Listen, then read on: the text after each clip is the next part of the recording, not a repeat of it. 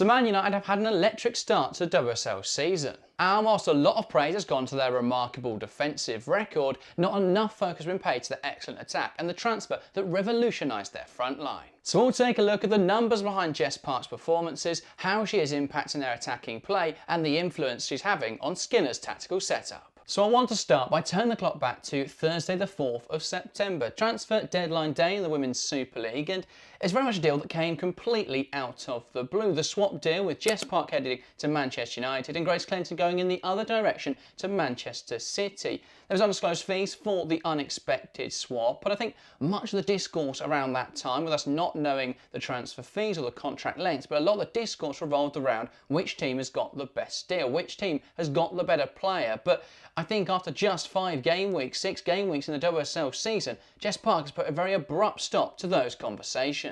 Firstly, let's take a look at the data. I think the numbers overall show that Jess Park has become a lot more direct this season under Marc Skinner. So if we begin with progressive carries, what we saw at Manchester City was Park averaged just 2.43 progressive carries per 90 minutes last season. But that's now up to 3.33, and this is very indicative of that change of position. She's moved from playing as a central midfielder in a system where City are looking to possess the ball a lot, looking to recycle the ball a lot, but not often looking to dribble on their own. They want to possess the ball a lot, they want to have a lot of passes in there and then move up the pitch as a team. Whereas United is a lot more transitional, and there is then license for Jess Park to carry that ball forward. And obviously, as on the flip side, we see progressive passes have dropped from 4.39 down to 2.92, and this is expected. It's just a completely different play style, and Manchester United are a lot more transitional, a lot more direct than Manchester City. This is also reflected, this individuality, in some of her statistics. Successful take-ons have increased from 0.98 to 2.08, and touches in the attacking penalty area from 3.12 to 3.75. So we're seeing her get a lot more touches on the ball, driving towards the box and being a lot more dangerous.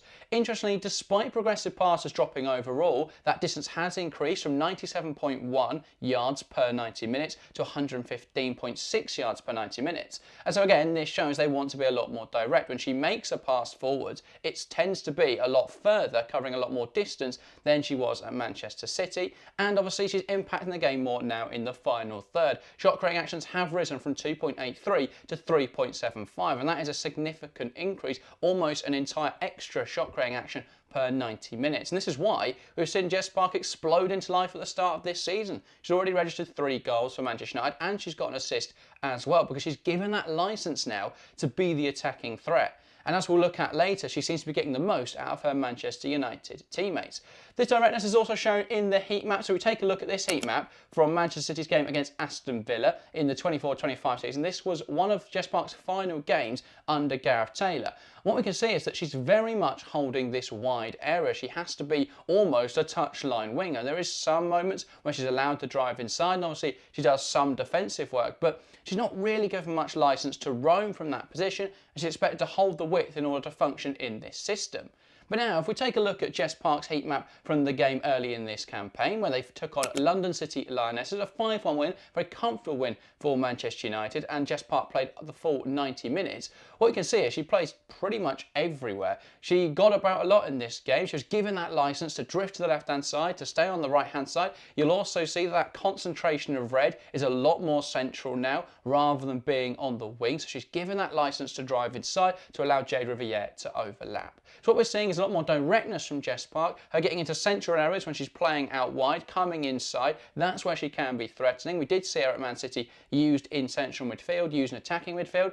This gets her there, while also giving her a little bit more space to work with, because she's coming from that wide position. Now let's take a look at some video from those games so we can analyse the movement of Jess Park in real-time action. So in this game against London City Lionesses, I want to start this clip as they are recycling it from the edge of the penalty area. You can see it comes back to Maya Letitia here, about 40 yards out. I'd say this is 35 yards out. And what Jess Park does, if we pause it there, is she drops in short. So she comes in short to receive the ball, or look to receive the ball at least. And as she does this, we can see she's scanning over her shoulder to understand not only where her teammates are, but also where the opponents are, to see where she can perhaps that's run into space. Now she checks over her shoulder, she can see that she's being tightly marked, so as this ball goes to Miyazawa, we see this quick little turn in behind. This is so good from Jess Park. She makes a run off the shoulder of the defender, and now as you can see, she receives the ball in acres of space here between the defensive line and the midfield line, where she's now got a pocket to work with. And as she peels off the defender, we can see Melvine Malard makes that well-crafted run in behind and coolly dispatches of it. But it's a lovely pass through from Jess Park with a load of disguise on it as well. And that whole move comes from Jess Park dropping in, making that movement then beyond to receive the second ball and then poking it through to Melvine Malard. And then later in the same game, we get this moment. London City Lionesses are trying to play out from the back with the ball. United are pressing them aggressively. And as it gets turned over, watch the reaction here of Jess Park. As soon as the ball is turned over, she's bursting in behind, and now she's got that space to work with. But at this moment, she doesn't stop thinking. You can see she looks right twice in this move, realises that pass isn't going to be on, so instead she decides to take on Saki Kumagai. Now, a player may try to go, a lot of the times a player will play the safe route, try and go outside of the player, but she wants to chop in. And it's really nice footwork here to manage to go around Saki Kumagai, open up the space of the shot, a deft touch to open up her body, and she's able to wrap her foot around the ball and fire it past the goalkeeper at the near post. This is such a clean effort.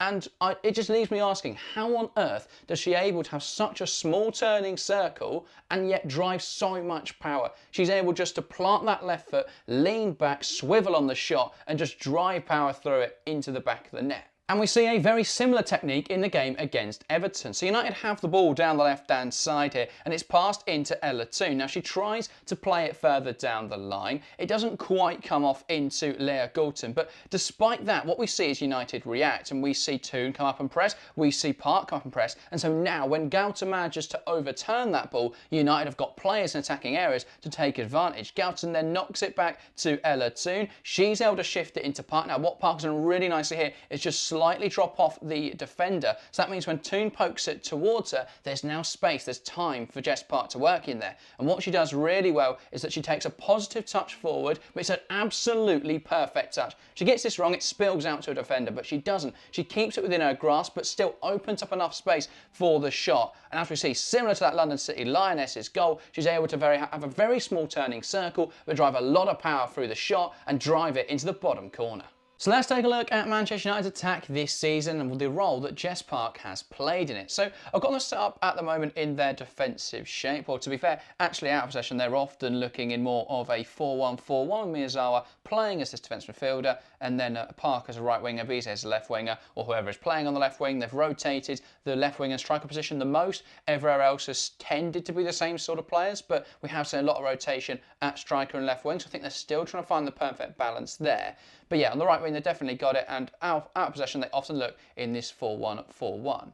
As they attack, though, what we're going to see is we're going to see Melvine Malard push into this sort of area. She wants to be on the shoulder of the last defender. She wants to be in and around the penalty box. She wants to be getting chances in this zone. Obviously, Mallard's also very good at breaking in behind. A lot of times this season as well, we've seen United try and go in behind, particularly against Arsenal. That's where they are most dangerous, was trying to play that ball in behind. They were quite unlucky. It never really came off. But what they're looking to do is get Malard in the penalty area. Then whoever's playing on the left wing, and I put Bize in because I think she's been the most effective player there. I think Rolfo will end up being the most effective, but so far this season, I've been most impressed by Bize in that role. I think she holds the width very well, but that could just as easily be Frelina Rolfo on this side, or even Melvine Malard if we were to bring Turland in.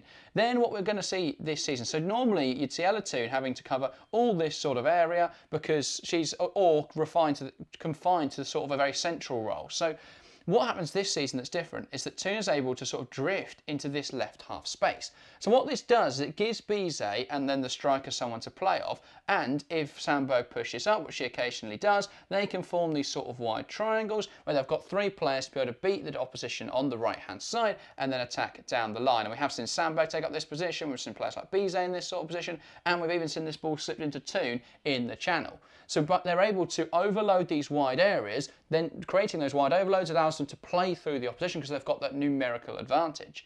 And on the right side, what we tend to see, and the reason that Toone's able to push into this pocket, is that Jess Park is starting on this right wing, but then often pushing inside. And in fact, as we saw for the Everton goal, it was Leah Galton in that example, but we'll put Bize in that same position, is that by the end of it, Jess Park was actually here. and she was more on this left-hand side. So by having this sort of flexibility and by giving almost a free role to these attacking midfielders, they're able to create this sort of shape. Then what happens is Riviere pushes up the lines, and this gets Jayde to Riviere, who's an excellent overlapping fullback, into a high position. You've then got the base of midfield, which is Miyazawa and Ziggiotti, and what we often see is that Ziggiotti's given a little bit more license to roam, so she's often more likely to get forwards and attack, especially if Riviere hasn't got forwards, and Park will just hold the width to allow Ziggiotti to come forwards, and that especially when they're able to turn over possession after being in this out of possession structure. When they win the ball back, they're often in this sort of 4-1-4-1 shape, so they're able then to use Ziggiotti in that high role. But oftentimes they're looking to have Park come inside and Riviere overlap, and then they often have Laetitia Janssen on the halfway line, and the fullback that hasn't gone forward will almost lurk in this sort of position here, where they're able, if the ball switches play, to get involved, but they're not quite as aggressive as the opposing fullback. And obviously on the other side, it looks very similar where you can see Park come across. Oftentimes we see Toone a little bit more narrow, and then Sandberg coming wide, and they can then create on this left-hand side. So it's slightly different on both wings, only because they don't really have, on the left wing, they don't really have anyone that's going to come into the pocket as much as they do on the right wing, which is fine. They've got left wingers so much better at holding the width, and actually Fridolina Rolfo, a perfect example of someone who can hold the width very effectively. She's very much an out-and-out winger rather than someone who wants to cut inside and get involved. So yeah, Rolfo's excellent in this role, and they're able to create this sort of shape, and they're able to hold on to the ball very effectively. As we've seen this season, they love to probe teams and try and break them down by using a lot of wide combinations, by trying to create chances in behind. So what they want to do is have, for example, with Malard sort of lurking in the penalty area here, you've got Park, Zicchiotti's going to come over and support. Well, what we'll see is that these players will form a wide triangle, and so as you can see, this sort of shape where they've got three players forming this triangle, they're able to break through this structure, and where they're looking to attack is past this line. They want to break in behind into the opposing half, into the opposing third, and then obviously look to get balls into the box for players like Melvine, Malard. So that is analysis of how Manchester United have attacked this season and the influence of Jess Park into their attack. Hope you have enjoyed. If you have and you want to watch more Manchester United content, there's a video on screen now where I broke down their defensive work and how they become so difficult to score past. And if you're not interested in that, or you've already seen it, go down into the comments down below, get involved in the discussion, let me know what you thought of this video and what other teams you want me to analyse. That is everything. Thank you guys very much for watching, and we'll see you next time.